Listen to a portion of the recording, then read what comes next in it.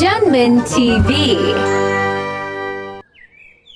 ये कहानी है रॉकी कव्वे की, जो कि बहुत ज़्यादा मगरूर था और अपनी बीवी को बिल्कुल पसंद नहीं करता था। दूसरी तरफ उसी जंगल में एक कालू कौवा रहता था, जो कि बहुत ही नरम दिल था। अरे गोरी बहन, तुम यहाँ धूप में क्यों बैठी हुई हो? तुम्हें तो इस वक्त अपने घर में होना चाहिए था। क्या बताऊँ आपको कालू भैया, मेरे शौहर ने मुझे घर से निकाल दिया है, इसलिए यहाँ पर धूप में बैठी हूँ। रॉकी तो मेरी बीवी का भाई है, मैं तो उसे बहुत ही अच्छा समझता था।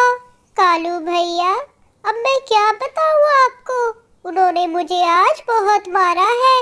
कहते हैं तुम बिल्कुल भी प्यारी नहीं हो, ना ही तुम अपने साथ कोई जहेज लाई हो, इसलिए अब मेरे पास रहने के लिए कोई जगह भी नहीं, इसीलिए यहाँ पर बैठी हूँ। गोरी, तुम बिल्कुल मेरी बहनों की तरह हो।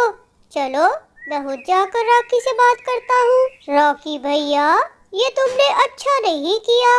गोरी बहन कह रही है तुमने उसे घर से निकाल दिया है, किसी की मजबूरी का फायदा नहीं उठाना चाहिए। कालू भैया, आप मेरी बहन के शौहर हो, इसलिए मैं आपकी इज्जत करता हूँ। आप हमारे घर के मामले में ना बोले। इस गोरी की तो आदत है हर जगह मेरी बुराई करने की। अब तो मैं दूसरी शादी करके ही रहूँगा। चलो जाओ, यहाँ से निकलो।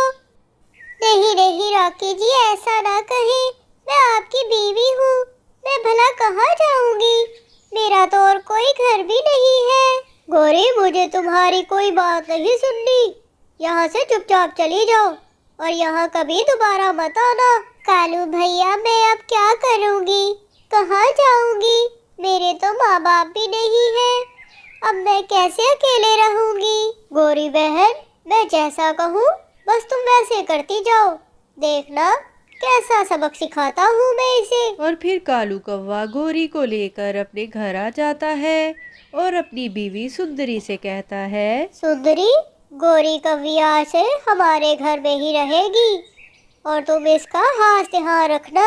मगर क्यों कालू जी, गोरी को तो रॉकी भैया के साथ उनके घर में रहना चाहिए, ये हमारे घर में क्यों रहेगी? क्योंकि तुम्हारा रॉकी भाई दूसरी शादी कर रहा है, तो गोरी को अब कहीं तो रहना था, इसलिए वो यहाँ रहेगी।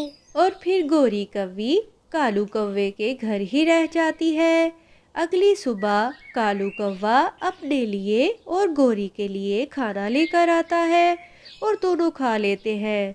ये सब सुंदरी कव्वी देख रही थी। कालू जी, मुझे बहुत भूख लगी है, मेरा खाना कहाँ है?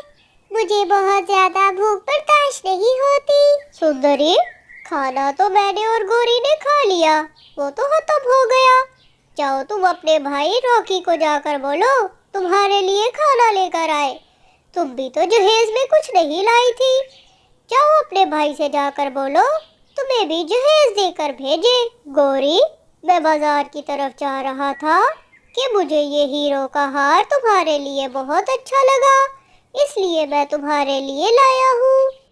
अरे कालू जी, आप कितने अच्छे हैं, मुझे तो रॉकी ने कभी कुछ नहीं ला कर दिया, ये बहुत प्यारा हार है। मुझे तो कालू जी ने कभी कोई हार नहीं ला कर दिया और गोरी के लिए लेकर आए हैं। कालू जी, मैं सोच रही हूँ मुझे भी दूसरी शादी कर लेनी चाहिए, रॉकी भी तो दूसरी शादी कर रहा है। हाँ हाँ गोरी, रॉकी ने तो तुम्हें घर से निकाल दिया है, तुम्हें शादी करनी चाहिए, मैं भी दूसरी शादी करने का सोच रहा हूँ। अरे अरे, ये क्या, ये तो मेरे कालू को कालू जी कह रही थी, लगता है कालू जी गोरी से ही शादी कर लेंगे। और फिर सुंदरी कवि सारी बातें जाकर अपने भाई रॉकी को बताती है।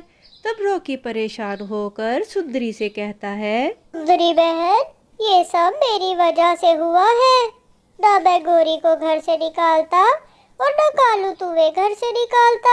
रॉकी भैया, आपको गोरी भाभी से जल्दी से जाकर माफी मांग लेनी चाहिए। हाँ हाँ सुंदरी, मुझे अब अपनी गलती की समझ आ गई है, अगर हम किसी के साथ बुरा करते हैं तो हमारे साथ भी बुरा ही होता है, मैं अभी जाकर कालू भाई से और गौरी से माफी मांग लेता हूँ। और तब रॉकी और सुंदरी उन दोनों के पास आकर माफी मांगते हैं। तब कालू भी उनको बताता है कि वो तो गौरी को अपनी बहन मानता है, वो तो ये सब नाटक कर रहे थे। कहानी अच्छी लगी है तो लाइक करो और कहानियाँ देखने के लिए चैनल को सब्सक्राइब करो।